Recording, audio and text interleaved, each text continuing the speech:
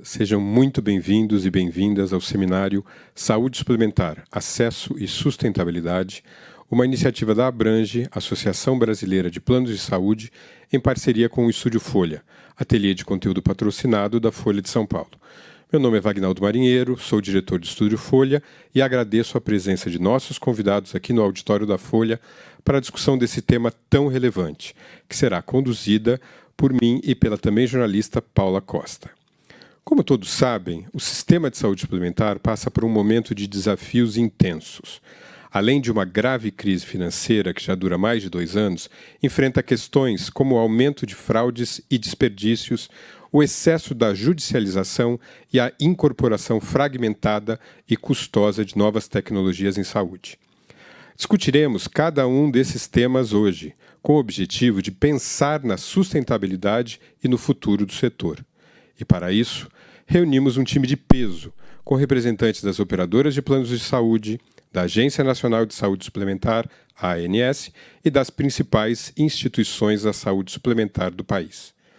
Para abrir o nosso seminário, chamo ao palco Renato Casarotti, presidente da Abrange. Bom dia, obrigado, Wagnaldo, um prazer. Para mim, uma honra. Estava comentando ali fora, antes de começar o evento, a minha alegria. É a primeira vez aqui na histórica Barão de Limeira. Então, estar participando desse evento aqui no Estúdio Folha para nós da Abrange é uma honra e uma grande satisfação. Você tocou e já começou a endereçar bem o assunto, né? A gente vem de desafios, de anos desafiadores. O ano da pandemia, o ano de 2020, foi um ano que trouxe, por uma questão de restrição, de limitação até físico de acesso, um fôlego financeiro para as operadoras, apesar de ter trazido desafios relevantes para os prestadores de serviço, mas os anos que seguiram, obviamente, essa tendência a gente sabia que ela mudaria, ela mudou de forma bastante aguda, né? Então, não é novidade, a gente já caminha para um terceiro ano de prejuízos operacionais significativos. De 2021, menos, ou foi R$1 bilhão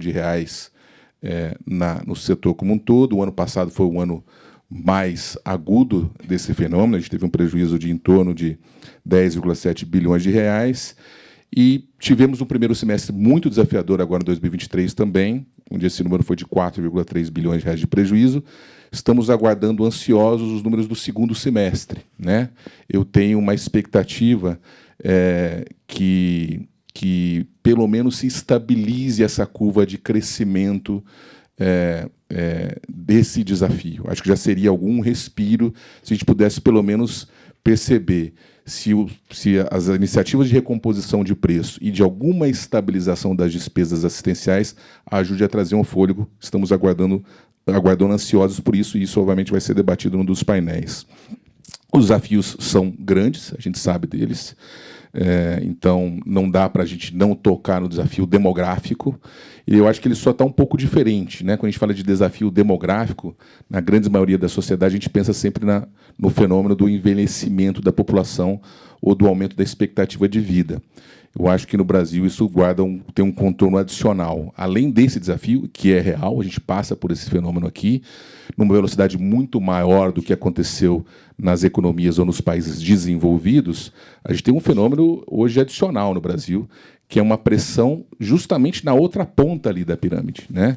Que é na primeira faixa etária dos 0 aos 18 anos. Hoje, quando a gente olha, por exemplo, em volume de terapias, o número de terapias por beneficiário dessa faixa de 0 a 18 anos, ele é igual ao número de terapias das pessoas com mais de 80 anos. Então, isso é um fenômeno bem recente e um desafio que a gente, principalmente no cuidado das crianças que estão no transtorno do espectro autista, que acho que é um desafio grande, mais recente, ou talvez tenha ficado evidente de forma mais recente, mas que a gente precisa tocar nesse ponto. Um outro painel também vai tratar da incorporação tecnológica. E eu estava brincando com os painelistas, eu já vi alguns painéis com eles, são sensacionais, todos os três. Mas como eles fazem alguns painéis, eu já percebo que cada painel as soluções ficam mais concretas. Então, hoje eu estou com expectativa alta, que a gente também vai ouvir ideias interessantes de como endereçar. É um fenômeno mundial, e no Brasil, até por hoje, o processo de incorporação ser muito mais célere, em vez de mudanças recentes, acho que aumenta a nossa responsabilidade de incorporar essa tecnologia com bastante responsabilidade. Um outro painel vai tocar também na parte do problema, né? Um diagnóstico, como a gente pode resolver isso. A gente vai ouvir aqui a divulgação ou debater um estudo do IES, do Instituto de Estudos da Saúde Suplementar, que fez uma estimativa das fraudes e desperdícios na saúde suplementar em 2022. É um número bastante significativo, algo como 34 bilhões de reais entre fraudes e desperdícios. Isso dá mais ou menos 12% da receita. Quando você junta isso com prejuízo operacional, a gente vê ali que tem um espaço grande para melhorar, e de duas formas. Precisamos ter a entrega de um cuidado mais eficiente, a gente sempre fala isso, mas acho que começam a surgir ideias mais concretas de avançar, com protocolos e diretrizes terapêuticas, principalmente para aquelas linhas de cuidado que exigem mais financeiramente do sistema. Como é que eu garanto um cuidado mais homogeneizado, com menos variação? Não pode fazer diferença para a pessoa o médico que ela encontra, né, para saber qual o tratamento que ela vai receber. Hoje é uma realidade do Brasil, né? Você pode sentar na frente do médico e receber um diagnóstico e um plano terapêutico X, e no dia seguinte, com outro médico, uma outra médica, receber um plano terapêutico completamente diferente. Isso dificulta muito a previsibilidade de organização do nosso sistema de saúde, e também de você monitorar e divulgar de forma mais efetiva. Tem iniciativas muito interessantes da própria agência reguladora, também na linha de protocolos, mas de monitoramento de desfechos. A gente precisa saber, precisa medir a qualidade da saúde do Brasil, né? Qual o desfecho que a gente entrega? Ajudar até na escolha que as pessoas fazem. E um outro ponto fundamental para também combater, isso aqui está muito ligado aos desperdícios. Quando se pensa em fraude, precisamos combater esse fenômeno. Ele cresceu no Brasil, acho que ele está mais evidenciado nesse momento. É emblemático que estejamos aqui hoje tratando disso, e ontem, por exemplo, foi divulgado na imprensa mais um caso estarrecedor, né, de uma organização criminosa liderada por uma médica no Rio de Janeiro, que fraudou em mais de 2 milhões de reais 3 operadoras nos últimos 2 anos. E as vítimas, pasmem, não eram só os pacientes, os próprios médicos, né? Assinaturas falsificadas, forjadas, parcelamento de recibo, absolutamente estarrecedor. Mas eu vejo com o fato desses fenômenos virem à tona e serem debatidos e fiscalizados, eu vejo o empenho, inclusive, dos órgãos de fiscalização, da agência reguladora, que tem um papel limitado nessa área, mas dentro da sua área de competência age concretamente, Ministério Público, Judiciário. A gente vai tratar da judicialização como um fenômeno que agrava, mas a judicialização pode ajudar muito, né? O Judiciário pode ajudar muito no combate dessas fraudes, lembrando que as fraudes acabam onerando todo mundo, né? Na nossa lógica, como o plano de saúde funciona, se eu tenho 12 reais dos 100 de uns 100 reais que são pagos, 12 vão para a fraude e desperdício, são 12 reais que não estão sendo utilizados no cuidado das pessoas e que agravam o preço que todo mundo paga no ano seguinte. E aí eu termino com o último ponto, que é a importância, aqui está na folha também, é emblemático nesse sentido, da gente comunicar melhor, explicar melhor para as pessoas, né? Tentar explicar, inclusive, nesse ponto, o que é fraude, tentar entender os aspectos culturais de determinados comportamentos que a gente tem no Brasil. E como é que eu explico para as pessoas como funcionam os planos de saúde. A Abrange, junto com outras entidades, lançou um movimento nesse ano, que é o Todos por Todos, com muita saúde, com esse objetivo. É o início de uma jornada, quem lida com comunicação sabe disso, a gente não muda comportamentos e nem percepções da noite para o dia, mas ela precisa de consistência e continuidade. Eu espero que a gente consiga, junto com o apoio de outras entidades e de parcelas da sociedade civil também, cada vez mais conseguir trazer informação de qualidade e ajudar as pessoas nas tomadas de decisões. Desejo um excelente evento para todos nós. Muito obrigado pela oportunidade.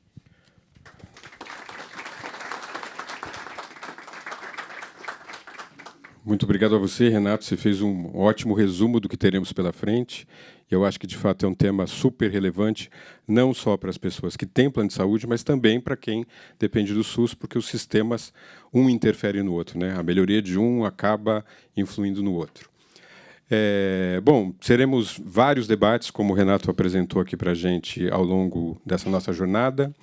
E eu, então, chamo ao palco a Paula Costa, que vai me ajudar nessa mediação. Paula.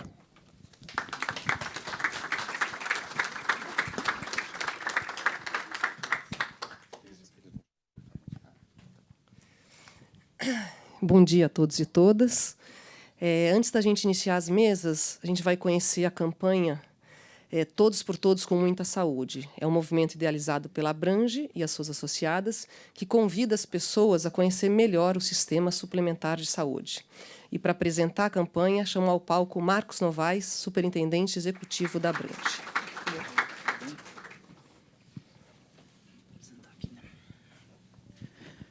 Olá, bom dia a todos.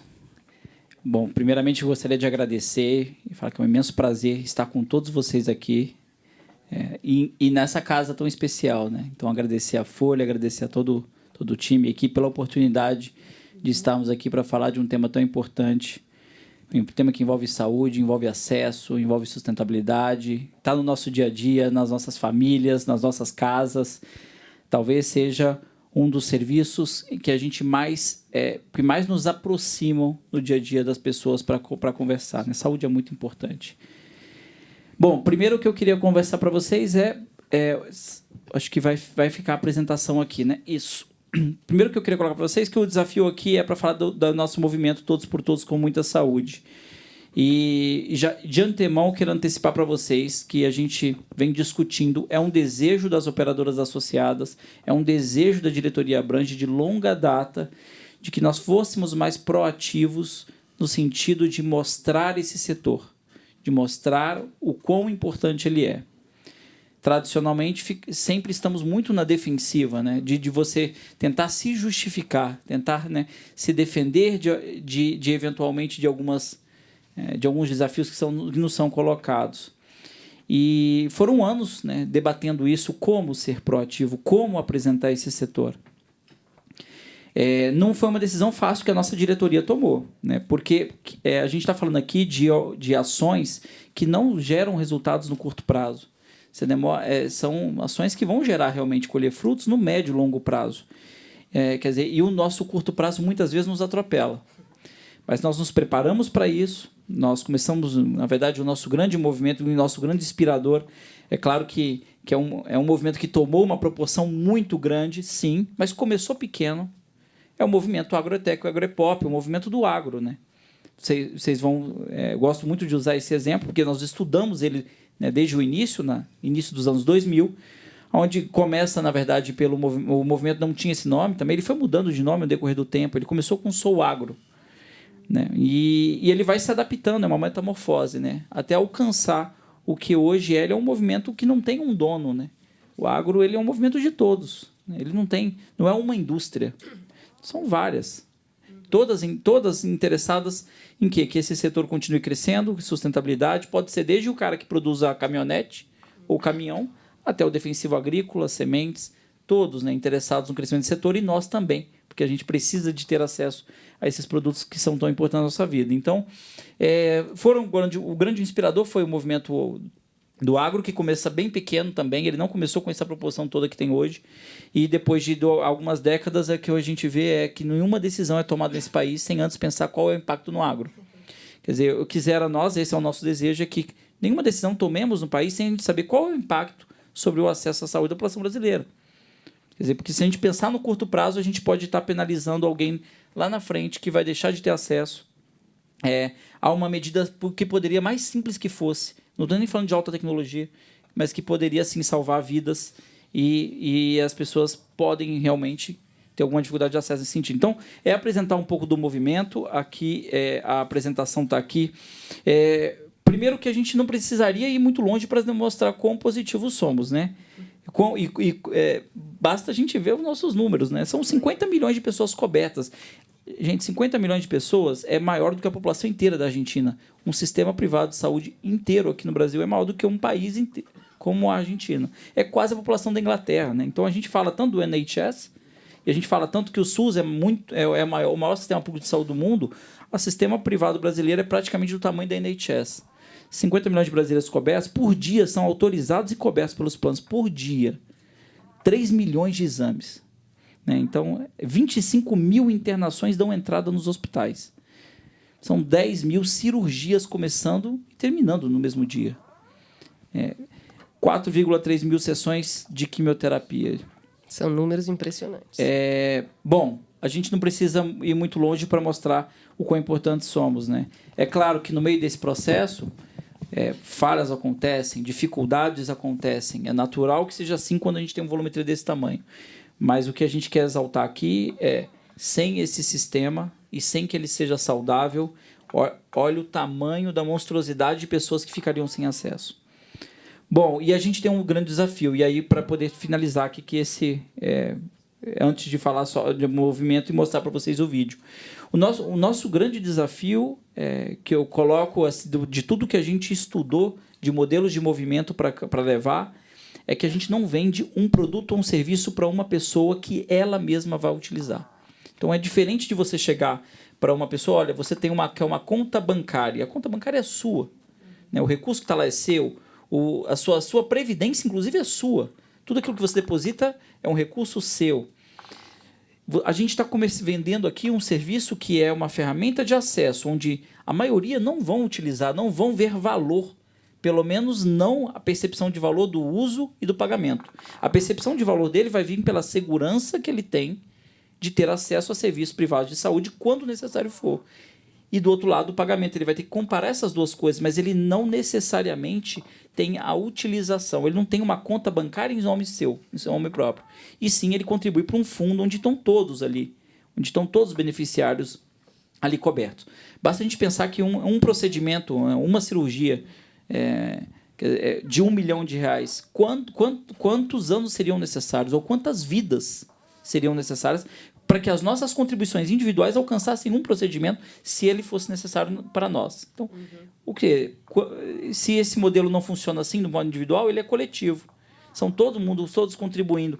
E o nosso desafio é grande, porque, olha só, o estudo do SESI, que a gente, inclusive, está ampliando agora, fizemos uma contratação para a gente, ele é de 7 mil vidas, ele está indo para 40 mil vidas, nos mostra que de cada 100 pessoas, uma, né, é menos de uma, tá? Mas eu estou arredondando para cima. De cada 100 pessoas, uma consome 30% dos recursos que todos pagaram. Nessas mesmas 100 pessoas, apenas 9 consomem mais de 60% dos recursos, ou seja, quase todo o recurso está indo aqui para menos de 10% da população atendida. Os outros 90% somente pagam, para ser bem simplista, não utilizam. Mas eles têm, claro, a segurança de acessar, mas eles não têm essa percepção. E a gente tem que mostrar para eles o quão importante é. Porque o sistema só se financia se for nesse modelo. Do contrário, nós individualmente não temos condições de arcar com todas as despesas de saúde que poderemos ter. Então, é isso, o movimento é isso. É mostrar a coletividade. É mostrar que são todos por todos. Né? Queira ou não, a gente tem aqui uma ferramenta que não está baseada no individualismo e sim na coletividade. E a gente quer mostrar isso para as pessoas, levando informação, explicando por que existe carência, quais são as razões, por que tecnicamente é necessário, da onde vêm os reajustes, como são calculados, como funcionam. Quer dizer, explicar isso tudo para as pessoas, né? Ou as coberturas, o porquê que nós temos que ter, sim, processo de incorporação de coberturas bem estruturados, sob risco, claro, da gente cair no individualismo de avaliar se deve ou não ser coberto um procedimento indicado, às vezes fora da diretriz off-label, que nem a indústria que desenvolveu aquele medicamento indicou para aquele tratamento. Então, assim, nós nos vemos no dia a dia em discussões individuais, mas nós precisamos pensar coletivamente e o movimento veio para trazer esse tipo de informação para todos. Só para deixar deixar para vocês um pouco do momento em que estamos. Então, a gente teve o lançamento no início desse ano, primeiro movimento em março, e aí depois a gente tem um forte movimento de awareness, trazendo vários influenciadores para o movimento, movimentos de sustentação, voltamos agora para um awareness com outros influenciadores também levando informação, e começamos agora a pensar o que esse movimento se transforma e como pensar nele para frente. Então, é trazer as operadoras para a gente pensar o para frente. Colocar para vocês que a gente já teve mais de 20 influenciadores no movimento. Então, a gente começa com Fátima Bernardes, com Ari Fontoura, a gente começa com a doutora Ana Escobar, com a Gessi Alves, ex-BBB, que falou que o sonho dela, depois do bebê, era dar plano de saúde para a mãe dela. Quer dizer, o plano de saúde está no sonho das pessoas, está no imaginário, né, de muitas delas, de muitos brasileiros. São mais de 20 influenciadores. E agora alguns outros que entram também no final do ano. A maioria deles, quando ficaram sabendo que era para falar de plano de saúde, eles falavam assim, mas plano de saúde é tão caro. Bom, e depois que a gente falava para eles um pouco do como funciona o plano de saúde, todos toparam falar um pouco. E todos entenderam. Olha, então, quando precisaram, ou quando alguém da minha família precisou, agora eu entendi o momento, o modelo de financiamento em que se sustenta os planos de saúde. Então, é isso. Todos esses influenciadores trabalharam conosco, são vários deles, estão nos nossos movimentos. Visitem a nossa hashtag no Instagram, em todas as redes sociais, né? LinkedIn, Instagram e Facebook, nossos vídeos no YouTube também. E agora a gente pode ir para o vídeo, gente, que eu já ultrapassei até meu tempo aqui, tá, Paulo? Vamos lá, por favor. Você já pensou em como funcionam os planos de saúde? Sabia que tudo que a gente paga ajuda a cobrir a assistência médica de todas as pessoas que fazem parte do plano? Hoje você pode não precisar, mas a Maria precisou. Amanhã a Maria está curtindo sua gatinha Kit e você precisou. É assim com o Pedro, a Ana, a Kelly, o Alceu e o Eduardo. É pelo bem coletivo que você também faz parte. É assim que os planos de saúde viabilizam o acesso ao cuidado das pessoas. Um ajuda o outro, que ajuda o outro e o outro e o outro. Passamos por um momento no mundo em que aprendemos o valor da saúde e que para ela ser para todos é preciso pensar no próximo. Pensar no coletivo, o jovem pensando no idoso, o saudável no que corre algum risco, uma corrente do bem, onde o bem ao final é de todos. Todos por todos com muita saúde. Muito bom. Obrigada, Novaes. Super importante você contar esses detalhes. Acho que a grande parte das pessoas não tem ideia dos números, nem de como funciona. Acho que isso é uma coisa bem fundamental aí para a gente debater e para a sociedade entender melhor tudo isso. Bom, agora vamos para o nosso primeiro painel, Panorama da Saúde Suplementar. Para discutir esse tema, eu chamo ao palco Lenise Sequim, secretária executiva da ANS. Tudo bem? Gustavo Ribeiro, onde você quiser, presidente do grupo AP Vida Notre Dame Intermédica. Bom dia. Tudo bom? E Sérgio Vieira, diretor do SINANGE, Sindicato Nacional das Empresas de Medicina de Grupo. Bom, super bem-vindos vocês. Sérgio, a gente podia começar com você, que vai nos trazer dados sobre a cobertura de saúde, da saúde suplementar no país e a questão das novas incorporações. Por favor.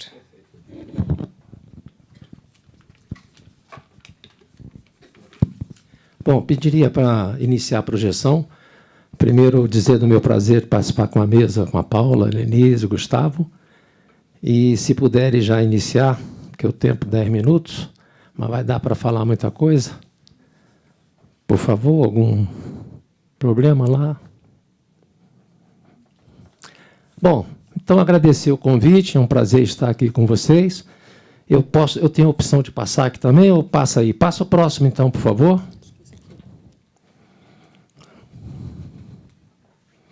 Obrigado, Gustavo. Bom, o próximo eu faço uma referência ao Rui Barbosa, nosso prolixo orador, mas sem dúvida conhecido de todos pelas suas falas, mas eu acho que precisaria ter um resumo para chegar onde eu quero. E, no meu entender, sintetizando, seria isso: tratar igual os desiguais aumenta a desigualdade. E isso nós estamos fazendo. Não comigo, minha pessoa física. Eu tenho a opção de ficar na atividade ou sair da atividade. Uma pequena operadora pode ver um cenário que não é aconselhável e sair da atividade. Mas eu digo que isso está acontecendo com os nossos cidadãos. E esses nem sempre têm opção, principalmente de entrar na atividade como beneficiário. Se não, vejamos esse caderno de 2013 do site da ANS, onde se enxerga, eu espero que dê para ler, que nitidamente nas regiões mais desenvolvidas há uma adesão maior de beneficiários. Em contrapartida, as regiões norte e nordeste, há uma dificuldade de adesão de beneficiários. Por que isso? Porque lá não tem como cumprir adequadamente o que se exige dessa atividade operadora. Se não tem como cumprir, não tem ninguém que vá se aventurar em oferecer um plano de saúde em certas regiões. Mas isso é adequado para aqueles cidadãos dessas regiões? Entendo que não. Eles teriam que ter uma opção de fazer também acesso ao mínimo para a sua saúde. E isso a gente olha muito claramente no mapa, também do caderno de 2013 da ANS. As regiões menos favorecidas, até 5% da população somente que tem plano de saúde. As regiões mais favorecidas, temos até 30% de adesão. Alguns exemplos que destacam muito isso. Vitória, capital do Espírito Santo, 70% da população tem plano de saúde. Bom Jesus do Norte, uma cidade do interior do Espírito Santo, e Conha, cerca de 20% tem plano de saúde. Então, a gente vê a dificuldade que existe do acesso ao sistema suplementar. Por quê? Porque essas pessoas estão sendo tratadas da mesma maneira. E elas são diferentes. A capacidade de cada um é diferente. Não só de poder aquisitivo, mas também como opção de escolha. E isso persiste quando você vai ver por município. Olha as cores. Olha como o interior, o acesso é muito mais reduzido. E assim a gente observa operadoras em atividades. Nas regiões mais distantes, mais de interior, não há operador oferecendo o serviço. Porque seria um risco. Imagina uma operadora no interior do Pará oferecer um plano de saúde com esse rol de procedimento. Ele ia ter que ter um transporte aéreo para fazer alguns dos procedimentos em grandes regiões. E óbvio que eu falei transporte aéreo, demonstrando a dificuldade de tudo. Atualmente, mantém-se, mudou um pouco. Algumas regiões saíram lá do 5% para 5% a 10%. Isso é bom, demonstrando que, à medida que as pessoas têm um melhor poder aquisitivo ou que certas regiões passam a desenvolver uma melhor medicina, isso cresce. E essa seria a tendência, o esperado, para todo o Brasil. Mas está longe da nossa realidade. E por que isso? Isso se deve ao alto custo. Você observa que até as operadoras em atividade estão diminuindo. É natural, pelo risco que a atividade traz e pela dificuldade que vai surgindo e vai crescendo. Aqui, eu não vou, o painel seguinte vai abordar isso com mais propriedade, mas só para mostrar o porquê dessas dificuldades. Atualmente, esse número de incorporação tecnológica, eu acho que o doutor Alexandre Fiorelli vai nos atualizar, deve estar em 80 nos últimos 2 anos. E, olha, sociedade nenhuma tem condições financeiras de manter a sua saúde de maneira autossuficiente. Nenhuma. Se a gente quiser incorporar, ou se a gente for olhar tudo que existe de avanço de terapia, avanço tecnológico, chega a um valor que precisa da atividade pública, precisa do governo subsidiar de alguma forma. E nós estamos caminhando, porque Brasília definiu algumas leis que nós somos obrigados a incorporar. Quando eu digo nós, porque o intermediário é a ANS, mas é Brasília que definiu a regra do jogo, sem um conhecimento adequado do resultado. E aí está, como já bem colocado por Renato, uma preocupação da nossa sobrevivência financeira. Mas há alguma perspectiva? Eu entendo que sim, porque nós temos que nos preocupar com esta realidade. O que mais mata no Brasil são doenças cardiovasculares, 100 mil mortes por ano. Então, isto é relevante e eu teria que ter alguma forma de ajudar, socorrer, viabilizar que as pessoas pudessem evitar esse número astronômico de morte. E como poderia se pensar em evitar tantas mortes? O começo é uma consulta com o cardiologista. O segundo item é câncer, 340 mil casos por ano, aonde se destaca o câncer de pele. E o começo da prevenção e tratamento de um câncer de pele é uma consulta. Não tem nada sofisticado. É uma consulta médica que pode ser o começo de tudo. Pneumonia e outras doenças respiratórias, e aí se destaca as crianças, relevante o número de morte, e como poderia ser evitado inicialmente esse número alarmante de doenças e de mortes, uma consulta. Não é nada sofisticado. E lógico que também enxergamos que é importante doenças raras. Não negamos isso. Então, mas temos aí 100 mil mortes por ano de doenças cardiovasculares, 340 mil casos de câncer e 350 casos de AME. São todos importantes. Mas o último é excludente. O último é simbolizar meu raciocínio. Na medida que vamos sofisticando as incorporações tecnológicas e, obviamente, tem maiores custos, estamos excluindo os mais necessitados. Estamos tratando iguais os desiguais. Aumenta a desigualdade. Quem mais precisa que não tem um bom sistema público, e não estou colocando em discussão o sistema público, ele também tem dificuldade porque não há oferta para um plano de saúde básico. Então, acaba ficando sem muitas opções. A lei, que já vai fazer 25 anos, desde a primeira medida provisória, ela já veio futurista. Ela já veio prevendo essas hipóteses. Então, ela obrigou que todo mundo tem que oferecer o plano de referência, mas também segmentou no plano ambulatorial, hospitalar, obstetrício, odontológico. Então, a segmentação já nasceu junto com a lei essa hipótese, pensando que, no futuro, isso poderia ser estendido. E veio a lei da ANS, 9.921, que também veio de uma forma contemporânea, que dá uma autonomia para a ANS, como agora, entendendo qual o rol de procedimento que temos que ofertar, que é o rol da ANS, e também no artigo 4, inciso 13, compete à ANS pensar, promover, estabelecer a subsegmentação de produto, que poderia voltar àquilo que a gente estava mostrando, de evitar tantas mortes em doenças cardiovasculares, diabetes, etc., porque incorporou junto os avanços tecnológicos, inviabilizando os valores para grande parte dos brasileiros. Então, numa conclusão minha, eu acho que nós temos que pensar nessas 3 variáveis, iniciar discussões para a subsegmentação dos produtos, para dar acesso aos mais desfavorecidos. O Fundo Garantidor de Doenças Raras também será a pauta do Rodrigo, meu amigo, que vai abordar, mas é importante, semelhante ao Fundo Garantidor de Crédito. E acho que nós, saúde suplementar, também temos que fazer um pouco mais de nossa parte. Não há nenhuma informação de saúde que se relacione entre as operadoras. Apesar da RN 509 nos tornar, somos obrigados a fornecer os dados, mas numa cultura, o contratante não pede. Então, aí eu proponho, Renato, já falamos sobre isso, a carteira da saúde. Seria um aplicativo simples, como tem no banco, então teria senha, não tem nada de burlar de GPD, pertenceria ao beneficiário.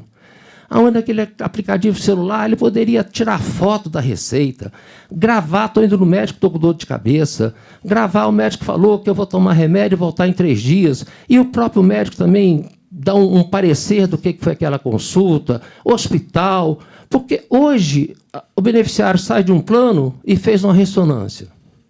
Daí a 2 meses voltou a dor de cabeça, porque é uma coisa normal na vida dele, vai ao médico e pede outra ressonância. Ele não tem uma informação adequada. Os nossos programas de promoção e prevenção, por vezes, têm uma riqueza de informação ao beneficiário, mas ele não tem a cultura de levar aquilo adiante. Então, se tivesse um aplicativo carteira de saúde, quem sabe seria aquela coisa que ganha o gosto popular e se alastrava essa cultura entre nós. Então, acho que a gente também tem a obrigação de oferecer e de fazer um pouco mais, porque nós dominamos todos os dados, pertence aos beneficiários, não pertence a nós, e a gente não dá um movimento para que isso seja uma rotina de informação para ele, beneficiário, com o médico. Renato bem abordou, vai no médico, pensa de um jeito, vai no outro, a mesma causa, pensa de outro jeito. Então, essa carteira de saúde, eu acho que também seria a nossa contribuição para a sociedade. E assim, eu termino e me coloco à disposição. Muito obrigado aí pelo tempo. Muito obrigada, Sérgio. Agora eu passo a palavra para a Lenise fazer as suas considerações iniciais. Bom dia a todas e a todos presentes. É um prazer estar aqui. Agradeço aqui a Folha, a Abrange pelo convite. É uma honra estar aqui presente representando a ANS, em conjunto aqui com o Dr. Alexandre Fioranelli, diretor da agência, Dr. Jorge Aquino, também diretor da agência, doutora Carla Soares, diretora adjunta, e ainda com a nossa assessora de comunicação, doutora Ângela, que isso revela simplesmente que a gente dá muita importância a esse tipo de evento, dá muita importância a esse tipo de discussão. O que a gente precisa fazer dentro da saúde suplementar é se integrar mais. A agência ela tem um papel como reguladora federal de fazer cumprir a lei, de tentar fazer o equilíbrio entre as posições, os atores desse setor. A gente reúne aqui não mais 50, Marcos, já estamos chegando aos 51 milhões de beneficiários de saúde suplementar. A expectativa é que a gente chegue ao final do ano novamente batendo um recorde de números de beneficiários. Isso só demonstra o quanto esse setor tem relevância para a sociedade, o quanto as pessoas desejam manter e aqueles que não têm, adquirir seu plano de saúde. Nesse papel, a agência reguladora, além de fazer a regulação, a normatização, ela também propõe ações regulatórias. Quando a gente fala de agência reguladora, se pensa que é simplesmente fazer normatização. Regular não é apenas normatizar. Regular também são ações que muitas vezes não são regulações, mas são induções, são promoções, são você promover ações como o Promoprev, que o doutor Sérgio já colocou. Promoprev é uma ação excelente que até hoje não decolou no país, né? A gente tem um setor com 51 milhões de beneficiários e que a gente tem em torno de 2 milhões de pessoas cobertas com promoção da saúde e prevenção da doença. Onde que a gente está errando? O que a gente precisa fazer para incluir? Porque senão a gente vai deixar de ser um setor de saúde e vai ser um setor de doença. E a ideia é que a gente mantenha a doença. A gente quer qualidade de vida para as pessoas. E a agência, quando se coloca aqui como parceira de todos esses atores, operadoras, prestadores, beneficiários, contratantes, é no sentido de discutir junto qual é a perspectiva do que a gente pode estar abrindo para crescer e melhorar a qualidade de vida, a sustentabilidade do setor. Quando a gente fala de sustentabilidade do setor, eu não estou falando apenas em sustentabilidade das operadoras, que muitas vezes a agência fica preocupada com a sustentabilidade das operadoras. Não. A sustentabilidade do setor ela advém da sustentabilidade de cada integrante desse setor. É a sustentabilidade das operadoras, sim, porque elas precisam arcar hoje com as demandas de cobertura de assistência à saúde, mas ela precisa arcar amanhã também com essa cobertura de assistência à saúde. Ninguém quer o seu plano apenas para ter nesse momento. É um contrato que, se a gente puder, será um contrato vitalício, né, por toda a vida que a gente pretende. Por isso que é tão importante ter regras prudenciais, regras econômico-financeiras. Né? O doutor Jorge Aquino está aqui e até aproveitando, como o Marcos colocou no início, no dia 7 de dezembro, a gente vai estar com um webinário super importante, que é a divulgação dos dados econômicos e financeiros do setor. Já fazendo aqui a propaganda. Assistam, vai ser às 14 horas, e é um dado que tem a ver com o que o doutor Sérgio colocou. A gente precisa se apropriar de informação, de conhecimento, e não simplesmente falar sobre achismo. A gente tem que falar em cima daquilo que tem em base de dados e informação. Se não for assim, a gente vai ser novamente levado para uma série de interpretações ou de posições que não sejam aquelas que sejam baseadas em elementos técnicos, em elementos científicos ou em elementos informacionais. A agência ela propõe a todo momento fazer uma articulação com todos esses atores. Por quê? Quando a gente faz todos os processos, né, de participação social da agência, não é simplesmente por cumprir uma regra legal. A gente faz porque a gente realmente acredita que nesse debate, como o Renato bem colocou, esse debate de ideias ele é importante, mas a gente tem que começar a sair das ideias para a prática. A gente tem que efetivamente apresentar soluções. As críticas são bem-vindas, as sugestões são bem-vindas, mas a gente precisa concretizar, estabelecer realmente ações efetivas para a gente tratar o que a gente precisa alcançar nesse setor, o que a sociedade deseja. Esse é um setor que surgiu nos idos dos anos 40, 50, por iniciativa da sociedade.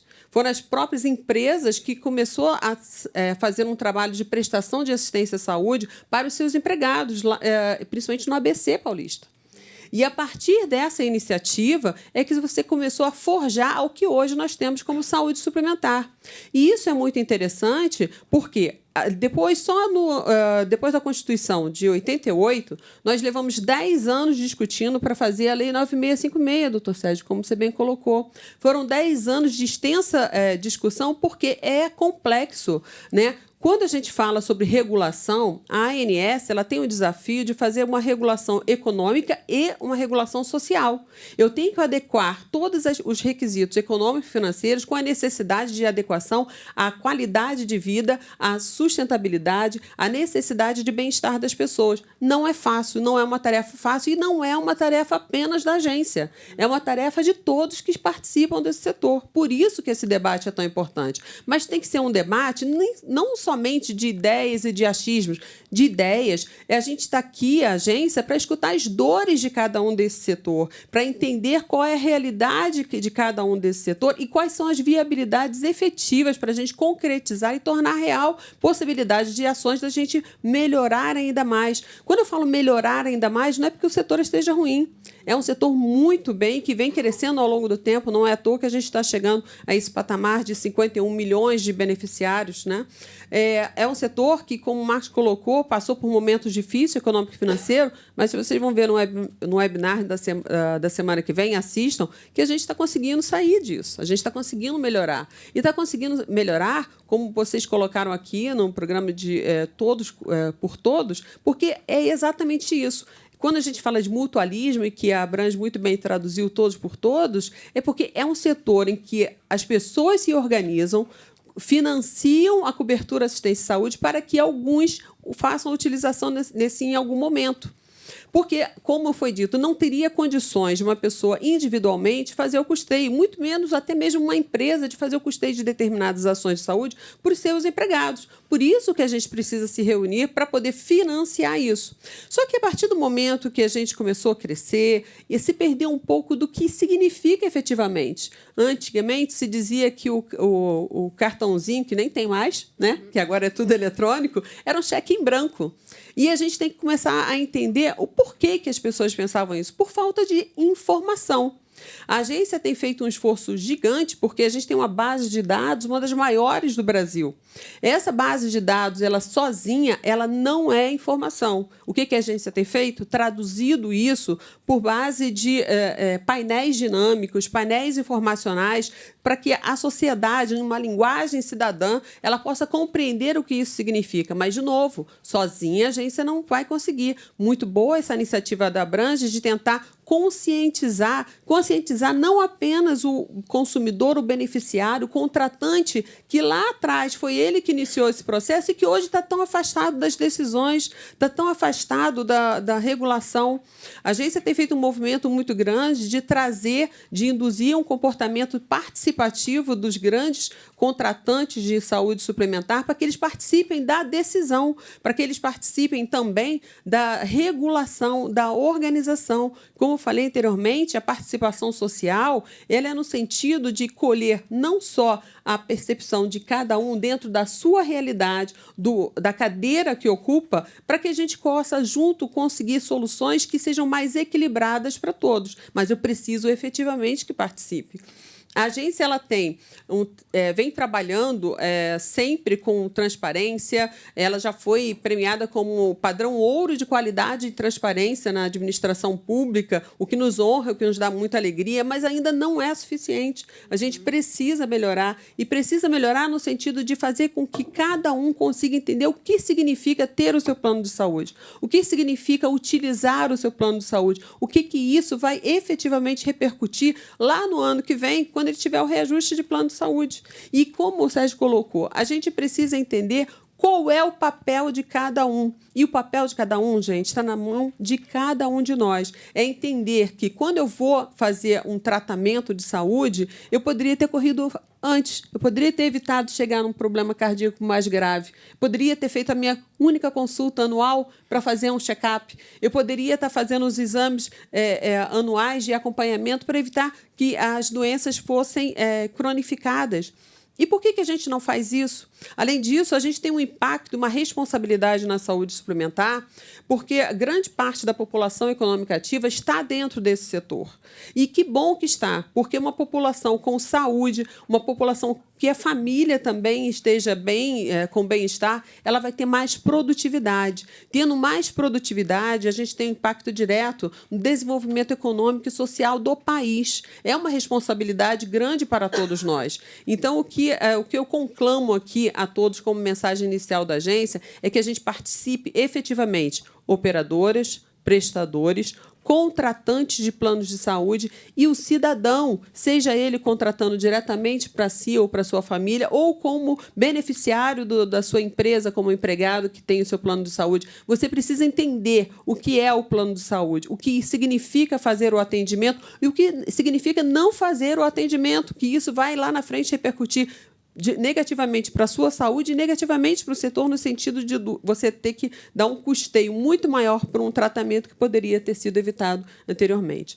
A discussão não é fácil, a discussão é complexa, os recursos são limitados e finitos, as demandas são infinitas, como é normal na vida de cada um. Mas é possível que a gente consiga chegar num bom termo de buscar alternativas viáveis da gente efetivar cada vez mais um bom atendimento à saúde. O Brasil é um destaque positivo, seja pelo SUS, seja pela saúde suplementar. E eu tenho muito orgulho de ser brasileira e estar nesse setor de saúde suplementar e de estar aqui falando com vocês sobre a possibilidade da gente melhorar alguma coisa que já é boa e que pode se tornar ainda muito melhor. Mas depende de cada um de nós.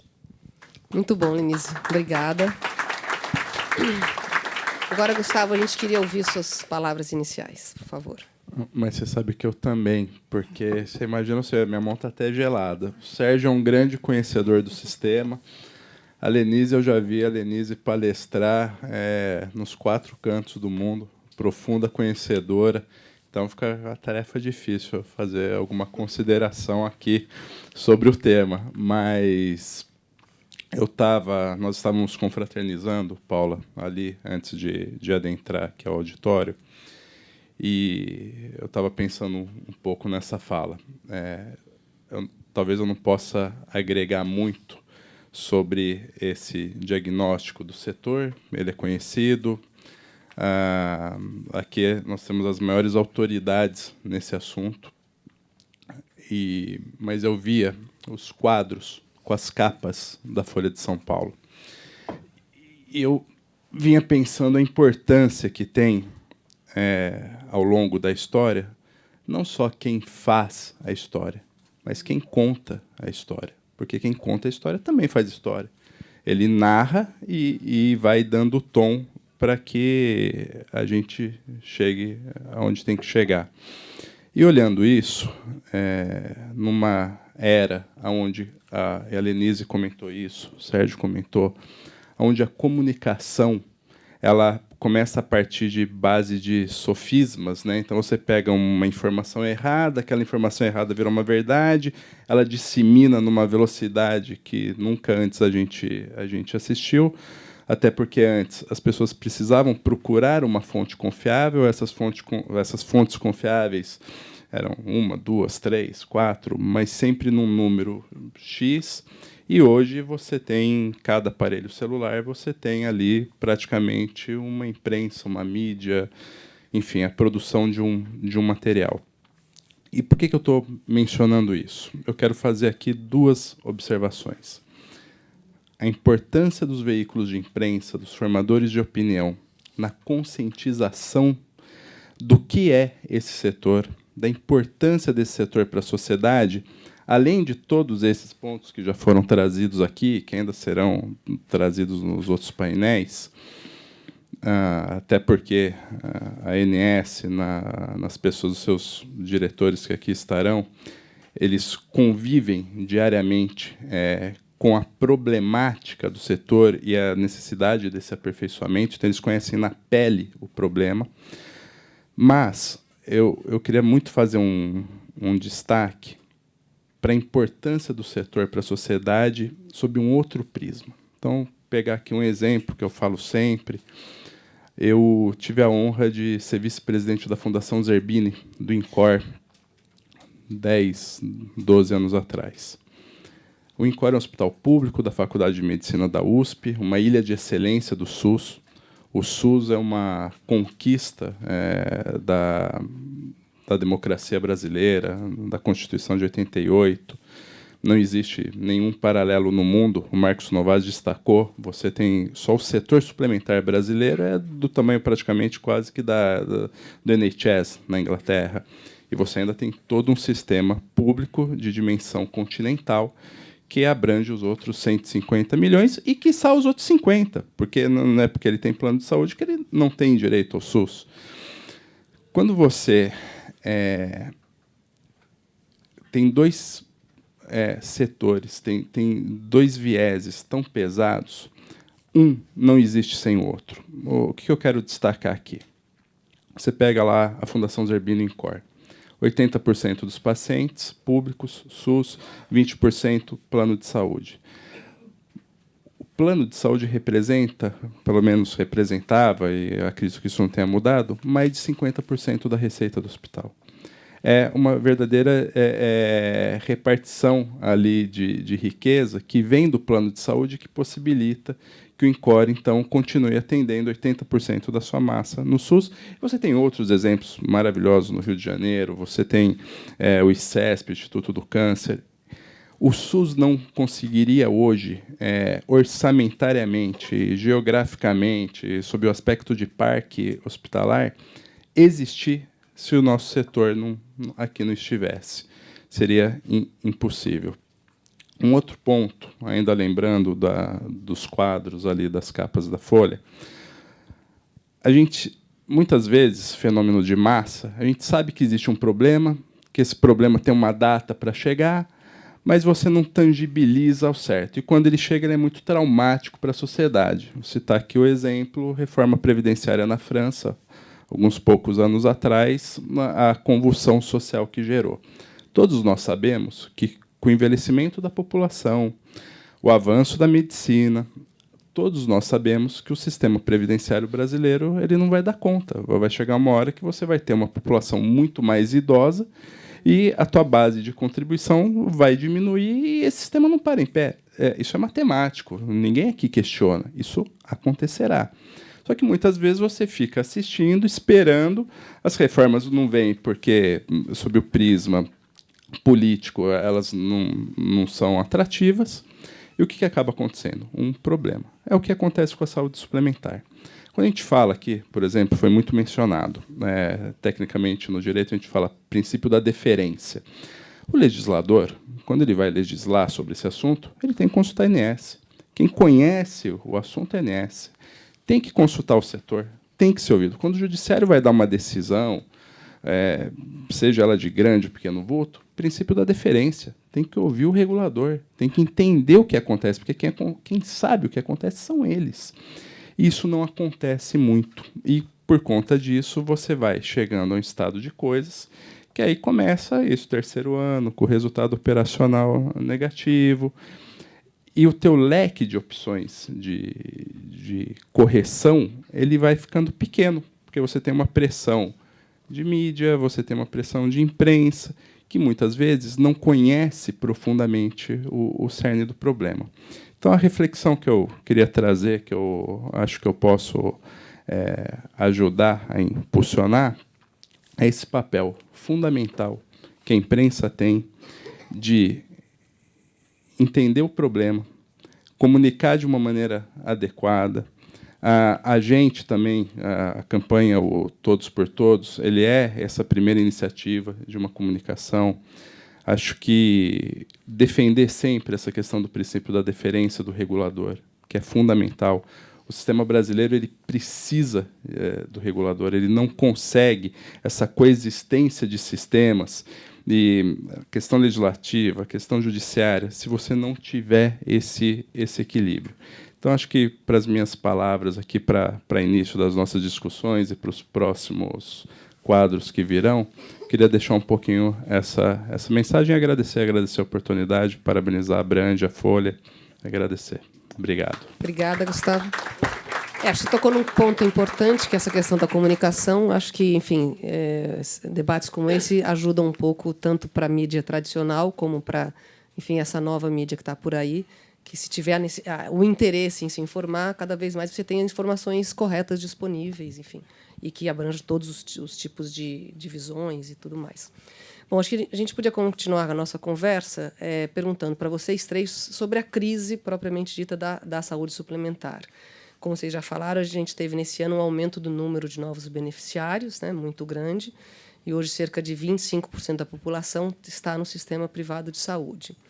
Agora, desde mais ou menos 2021, o setor enfrenta prejuízos operacionais muito grandes. O que eu queria saber é o que já tem sido feito para mudar essa realidade. Existe uma estimativa de vocês do tempo para a reversão dessa crise? E dá para dizer que o pior já passou? Denise, se podia começar? Assistam o webinário semana que vem, que vocês vão saber. Mas, sim, eu acho que a gente tem uma tendência positiva de crescimento econômico e financeiro das operadoras. Passamos por um momento que foi ímpar na sociedade mundial, que foi a pandemia.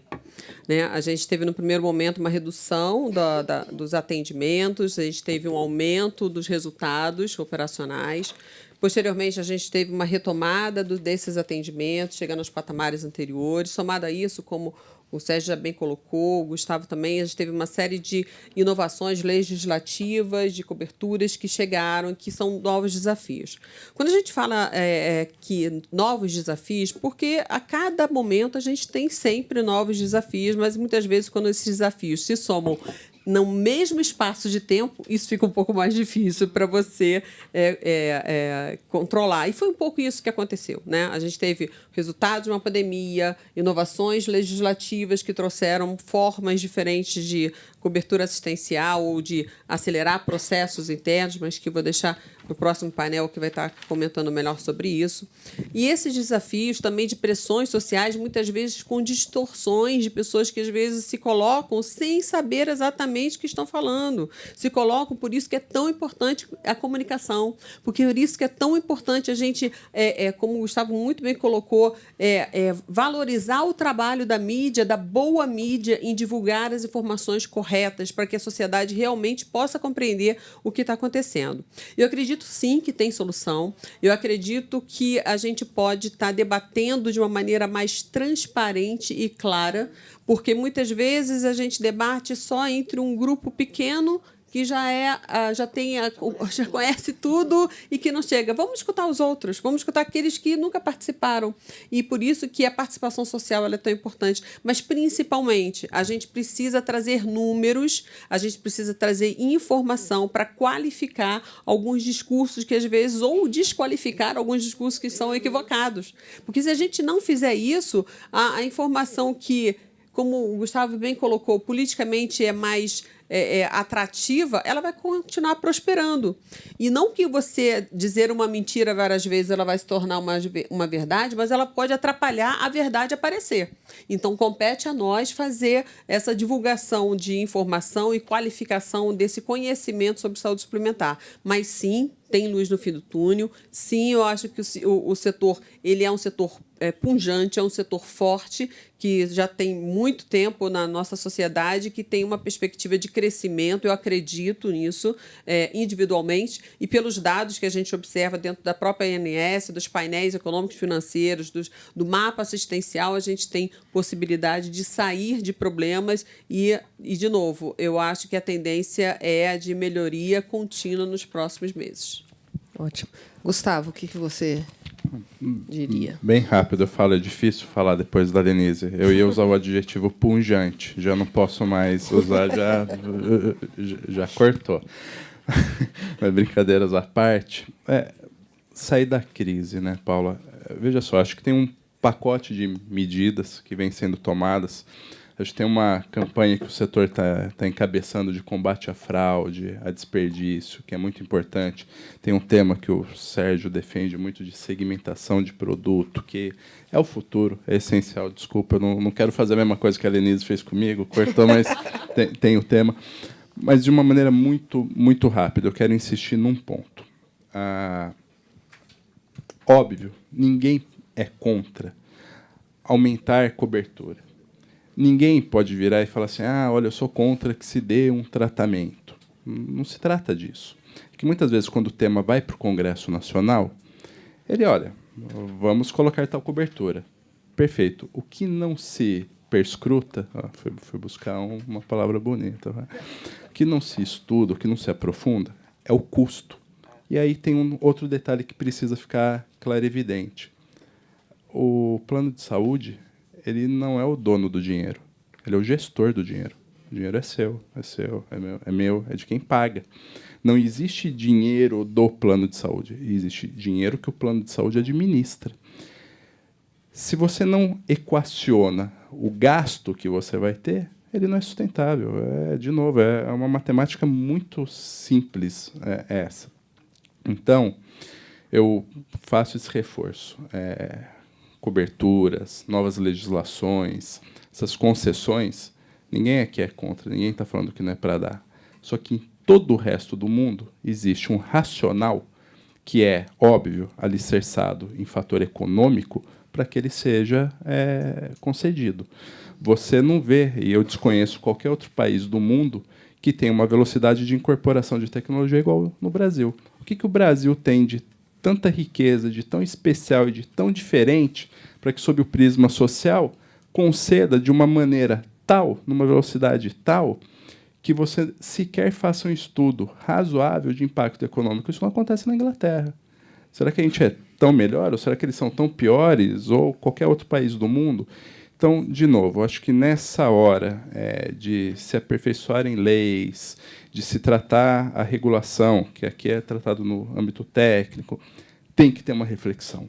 Tem que ter. E, de novo, vou bater muito nessa tecla. A mídia, a imprensa tem um papel fundamental de conscientização do legislador, do tomador de decisão, do regulador, para poder contribuir para ajudar. Então, não quero ficar batendo na mesma tecla, mas eu ainda insisto que esse é o ponto. Sérgio, então, a crise vai passar? Está acabando? Bem, eu vou me posicionar, te responder como pequena operadora, né? E como pequena operadora, a gente tem essa angústia, porque muito do que se faz no dia a dia, nós não somos convidados, nós não somos chamados, nós não somos ouvidos, nós não somos representados. Então, nossas angústias se soma a mais isso. Então, olhando o mundo como pequena operadora, eu acho que não vai passar. Mas me atrevo a dizer que não vai passar para ninguém. Porque a decisão de Brasília é jabuticaba. Qualquer coisa que entrar na Anvisa e entra, é natural, vai ter que ser analisada por você, Alexandre. E aí, né, como fazer se a Anvisa registrou, certificou, e isso é isso salva? Como é que a Inés vai dizer que não? Tem uma lei federal que definiu isso. Então, eu acho que a velocidade das incorporações, como bem Gustavo falou, é preocupante. E não dá tempo de vir com DUTs, com diretrizes. Aí vem justiça, vem junta médica, vem todo um caos, porque não dá tempo. Não dá tempo de fazer isso de uma forma mais racional, porque Brasília determinou. Mas também tem algo que já foi determinado. A terceira e a quarta turma do Superior Tribunal de Justiça, antes da malfadada, desculpa a expressão, Lei 14.454, do Irã Gonçalves, que é de um estado pequeno, Roraima, é médico, sabe muito bem tudo que nós estamos conversando, mas na hora de ser relator da lei, ele é político. Ele não é médico, ele não é cidadão preocupado. Ele foi lá e jogou, né? Mas, antes dessa lei, a terceira e a quarta turma julgaram o rol da INS como taxativo e parabeniza a INS pela firmeza que está defendendo o seu princípio, que o que prevalece é o rol dela, INS. Isso eu tenho que parabenizar. Até que ponto eu não sei que vocês vão conseguir manter esta postura firme e exemplar de cumprir seu dever. Eu digo até que ponto, daqui a pouco vem outra lei. Né? Mas a terceira e a quarta turma definiram que o rol é taxativo. Então, aí eu volto à minha mesmice. Se tiver uma subsegmentação e um produto com um rol menor, a terceira e a quarta turma vão dizer: este rol menor deste produto é taxativo. É o que eu tenho que pensar. E aí, sim, a crise iria acabar. Mas eu sei que estamos finalizando nosso tempo, então não vou me alongar, que tem mais uma pergunta muito importante. Então, vamos para a próxima. Nós estamos com o tempo meio corrido, então vou fazer mais uma pergunta para cada um, se vocês puderem ser mais concisos ali. Gustavo, você acha que como é que as operadoras podem contribuir para que essa solução da crise seja ampla e multifatorial? Por exemplo, é possível aperfeiçoar as relações com os prestadores de serviços, como hospitais, clínicas, para discutir a questão dos custos? É possível, não. É necessária, né, Paula? Tem que ser. Hoje, os planos de saúde, salvo engano, eles representam praticamente 83% da receita dos prestadores. Ele é um setor que ele não existe sem essa coexistência. Então, precisa. Óbvio, você tem pontos de convergência. Acho que um grande ponto, e que eu parabenizo o Renato, o setor ele está com o diálogo muito franco, muito aberto entre todos os seus atores. Isso foi uma conquista, Renato, da sua gestão, da diretoria da Abrange. E eu acredito que sim, tem espaço, até porque, de novo, eles são interdependentes, eles precisam, essa cadeia de saúde como um todo, um precisa do outro. Então, óbvio, você pode ter um ponto de tensão a mais ou outro, mas existem vários modelos. Você tem modelos de capitation, você tem share de risco, enfim, o mercado ele se alinha. Uma última palavra bem rápida, né? É muito comum você ouvir, às vezes, no setor privado, tal empresa quebra, tal setor quebra. Esse setor, eu não acredito que ele quebre, mas esse setor ele diminui. E, ao diminuir, ele se torna excludente. Óbvio, pressiona o público, porque essa massa vai para o público, pressiona o orçamento. Só que ele fica cada vez mais excludente. E, na medida que ele vai apertando, os players internos eles precisam se organizar. Então, sim, tem saída. Acho que tem um trabalho aí em curso e, com certeza, trará frutos em breve. Obrigada. Lenise, como é que a ANS vem trabalhando essa questão para empoderar mais o beneficiário e para dar mais transparência aos custos do sistema de saúde? Você acha que esses dois pontos, o empoderamento e a transparência, podem ser ferramentas importantes para trabalhar pela sustentabilidade do setor? Sem dúvida. Sem dúvida. A agência sempre trabalhou num processo de transparência, divulgação de dados, e a gente está migrando cada vez mais para a divulgação de informação, sabendo que a leitura desses dados não é simples para um cidadão comum. E a gente, trabalhando nesses painéis dinâmicos, com esses painéis de informação, o que a gente quer é exatamente que as pessoas tenham a capacidade de fazer a sua decisão com consciência. Né? Porque com informação, com a capacidade de tomar decisão, vai acontecer o que o Gustavo e o Sérgio vem falando. A gente, de fato, vai entender de que forma funciona o sistema de saúde e que tudo que eu insira nesse sistema, de alguma forma, eu vou ter uma responsabilidade posterior. Né? Tudo que eu utilize ou deixe de utilizar, eu vou ter uma responsabilidade posterior. E isso reflete exatamente na sustentabilidade, nessa utilização, nessa cotização que todos fazem para que tenha manutenção desse sistema de saúde. E sem informação, sem conhecimento, a gente não tem capacidade decisória adequada. Ótimo. Sérgio, então, uma última pergunta desse painel. O setor de saúde está muito atrelado à questão do crescimento econômico e de empregos. Como mostrou uma pesquisa da Datafolha, é um serviço muito desejado pela população brasileira. Como é que faz para alcançar uma parcela maior da população? Não era importante que tivesse, então, esses novos modelos de planos de saúde? Olha, eu juro que não conversei nada com a Folha. Juro. Mandei minha apresentação para a Margarete muito antes de receber o roteiro. E muito obrigado, Paula. Você acaba de só não colocou a palavra subsegmentação. Mas quando você fala em novos modelos, é óbvio. Os reajustes estão sendo aplicados, não é? Você acha que alguma operadora quer aplicar 40% e perder a carteira? Não quer. Estão sendo aplicados porque o rol de procedimento, a velocidade que persistirá, porque Brasília assim definiu, será impagável. Será impagável. Qualquer atividade econômica em qualquer lugar do mundo, de qualquer coisa do mundo, parte de um princípio.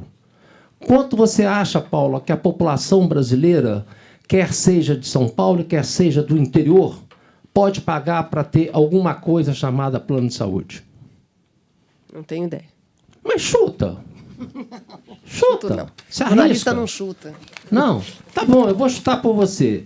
Ela pode pagar R$300, 400, 100, não importa o número. Não importa o número. Mas quem vai fazer tem que ter conhecimento do número.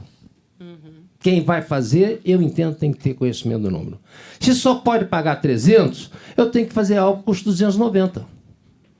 Eu não posso jogar algo que custa 1.000 sem saber se o interior de Roraima pode pagar 1.000. Se eu, empresário, vou me arriscar a montar um plano de saúde no interior de Roraima sabendo que a população não pode pagar 1.000, não vou.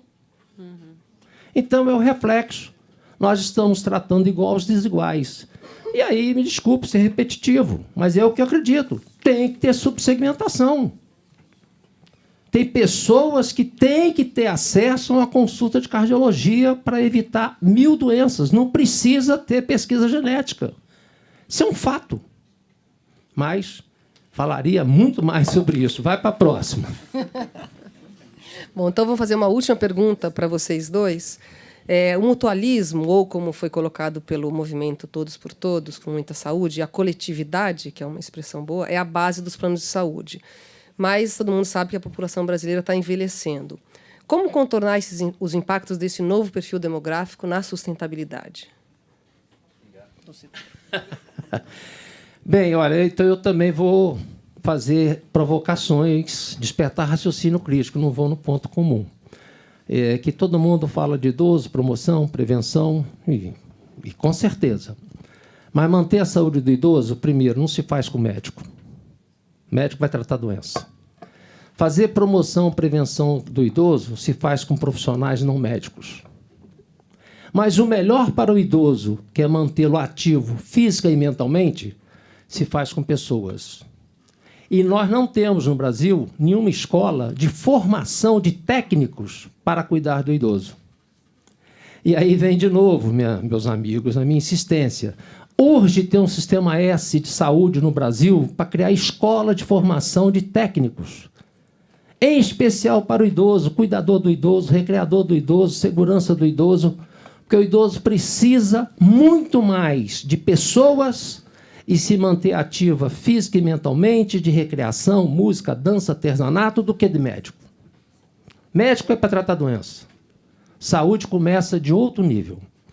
Então, acho que a gente tem que lutar por um sistema S de saúde e espalhar a escola de formação técnica, não só para idoso, para tudo. Mas não tem. E é muito dinheiro que é disponibilizado sem criar imposto, sem ser dinheiro novo, vai tudo para o sistema S do comércio. Nada contra, para formar mecânico, cabeleireiro, garçom.